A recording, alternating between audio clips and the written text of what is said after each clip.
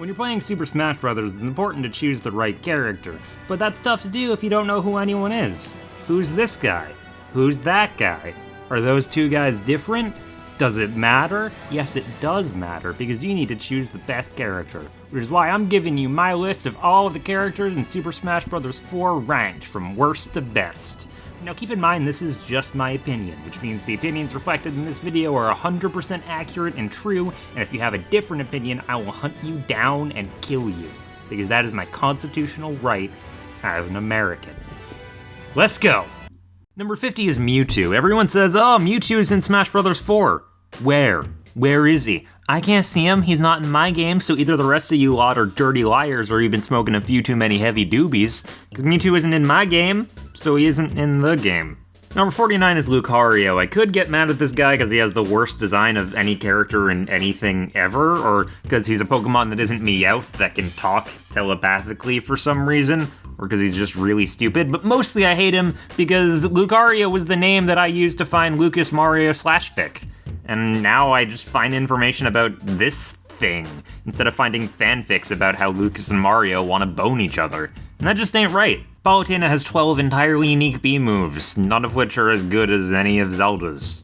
She's just worse Zelda. Does anyone else feel like Sonic is just here because he has to be there, because he was important at one point in the 90s and now we just can't have a Smash Bros. Game without inviting him, even though he hasn't done anything particularly interesting for the last, decade or so? Also, all of his moves are exactly the same. It's like 50 Shades of Spin Dash. Oh, you can play as a dead-eyed facsimile of any character in the world. It would be better if this was the Xbox Live avatar. Those things are awesome. True story time, the day that Brawl came out, one of my friends had pre-ordered it, so we were playing it on opening day, and I was playing as Pit because he was the cool new character. And my friend's mom came in and was like, who's playing as Tinkerbell? And on that day, I learned an important lesson. Pit sucks. The villain in Zelda used to be a giant blue pig dude, and then they changed it to this guy. They changed it from giant blue pig to that guy. How am I supposed to like him? I know that he could be a giant blue pig. I want him to be a giant blue pig! Why is Zero Suit Samus even in this game? Is it because she's an important figure in Metroid lore after appearing in one level at the end of the GBA remake of Metroid 1? Or is it because of the boobies? Can you just be honest and say it's because of the boobies? I don't know why anyone likes Falco. He's an out-and-out clone of Fox, and the only difference is that he has an edgier attitude, and he appeals more to the teens. Why does anyone like this guy? It's cool when he does it, though. Am I mad that Lanky Kong didn't get in the game? Yes. Does that mean Diddy Kong sucks any less? No. I'm sure Earthbound is a fantastic game that deserves way better representation than this shrill-voiced little kid going PK Fire all over the place. I mean, they have a character named Pooh. Put Pooh in.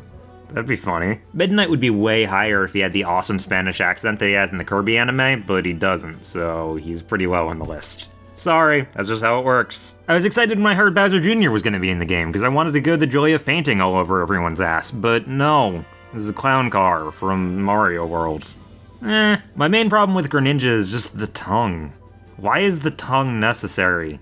Why does his tongue have to... Well, go to the next one, go to the next one! Oh, just what Smash Bros. Needed. More mysterious dudes from unknown origins that no one knows where they came from, and I never finished Ocarina of Time. I know Marth is important for, Fire Emblem lore, but has anyone ever played Fire Emblem 1 that he comes from? Has anyone even, seen Fire Emblem 1? True story, I got Pokemon X over Y because I wanted to play with Mega Charizard X, but then when you could choose your starter from the first game, I chose Bulbasaur, because I like Bulbasaur better. So I never even got Charizard. Charizard's okay, though. Get a real job. Oh, you did it.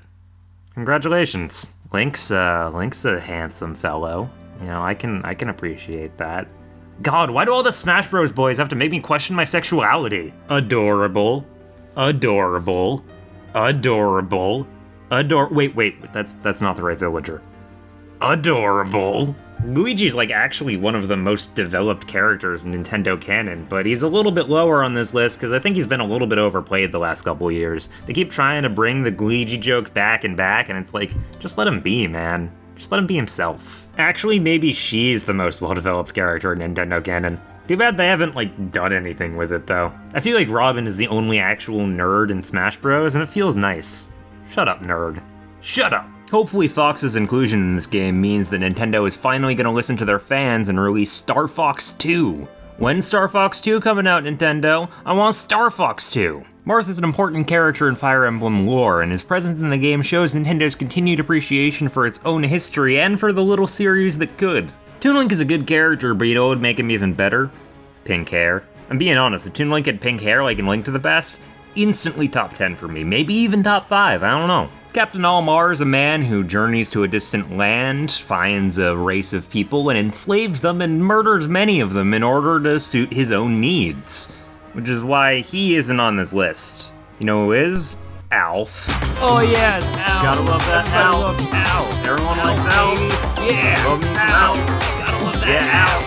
Freaking Alph. Princess Peach is a great character in her own right. Don't get me wrong, love me some Peach. But the reason she's so high on this list is because one of her costumes turns her into Princess Daisy, and Princess Daisy is my wife for life. Oh, Daisy, why'd you have to go to prom with that other guy?